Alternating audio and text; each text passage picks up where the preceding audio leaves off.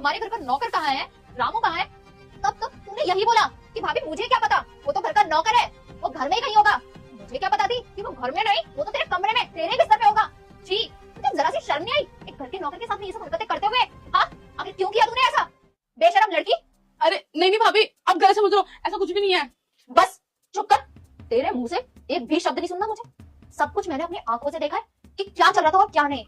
मुझे एक बात बता, तेरे लिए क्या कमी छोड़ दी जो तुझे एक घर के नौकर के साथ में मुंह मारना पड़ा है? हाँ, जरा सी शर्म नहीं आई तुझे ये सारी हरकतें करने से पहले? अरे हमारे बारे में एक बार सोच तो लिया होता, मेरे बारे में सोच लेती। चल मेरे बारे में ना, सिर्फ अपने भैया के बारे में सोच लेती, पर नहीं, तूने नहीं सोचा। तूने जरा सी ये सोची कि ये सब हरकतें तो तेरे भैया को पता चलेगी तो उनके ऊपर क्या बीतेगी? नहीं सोचा होगा ना तूने, और सोचेगी भी क्यों? तुझे तो अपनी अय्याशियों से ही फुर्सत नहीं है। अरे तू सोच, तुझे गांव से या शहर किस लिए बुलाया है? ताकि तू पढ़ लिख सके, कुछ बन जाए। लेकिन तूने क्या किया?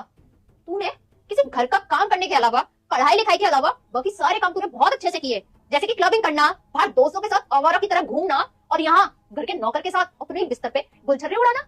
अरे अपने माँ बाप के बारे में तो सोच लिया होता तूने, जो गांव में बैठे हुए इंतजार कर रहे हैं तेरा, और ये आस लगा करके बैठे हुए हैं कि हमारी बेटी शहर गई हुई है, हमारा बेटा और बहू बहुत अच्छे से उसकी परवरिश कर रहे हैं।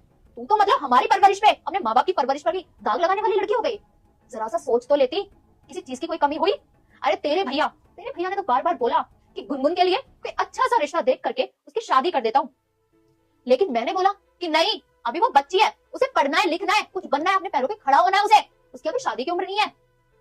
तुम्हारे भैया ने तो तुम्हारे लिए ये तक सपने सजाए हुए थे कि उसके लिए ना कोई ऐसा घर ढूंढूंगा जहां पर वो रानी की तरह राज करेगी, और मुझे नहीं पता था कि तू एक रानी बनने की बजाय घर की नौकरानी बनने के सपने देख रही है, वो भी इस रामू के साथ। तूने कभी सोचा है कि दूसरों के घरों में तो काम करता है, ये तेरी जिंदगी क्या सवार पाएगा? अरे इन जैसे लोग ना लड़कियों की जिंदगी बर्बाद करने वाले होते हैं। जो इंसान जिस घर में रहता है, जिस घर का नमक खाता है, उसी घर में ये हरकतें कर रहा है, उसी थाली में छेद कर रहा है ये। हाँ, तो ये किसी का क्या सगा होगा? अरे तू जब यहाँ पे आई भी नहीं थी, ये उससे पहले से यहाँ पे नौकरी कर रहा था, और इसके ऊपर ना आंख बंद करके भरोसा था। कभी सोचा ही नहीं था कि ये ऐसी हरकतें करेगा। पर क्या करें, जब अपना सिक्का खोटा होता है ना, तो परखने वाले का कोई दोष नहीं होता।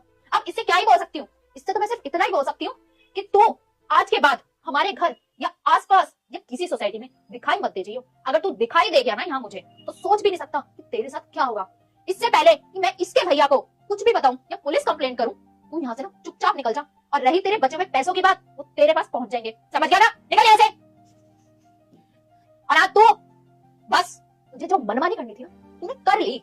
अब जो मुझे ठीक लगेगा मैं वही करूंगी। तेरी इन सब हरकतों के बारे में ना तेरे भैया को बताऊंगी, साथ के साथ मम्मी पापा जी को भी बताऊंगी कि उनकी लाडली बेटी कौन से करतूत कर रही है यहाँ पर आके। अरे कल को तो वो लोग मेरे ऊपर भी लांछन उठा सकते हैं ना कि शहर में बहू बिगड़ गई, और ऐसे ही वो अपनी ननद को भी बिगाड़ देगी। वो धब्बा लगाकर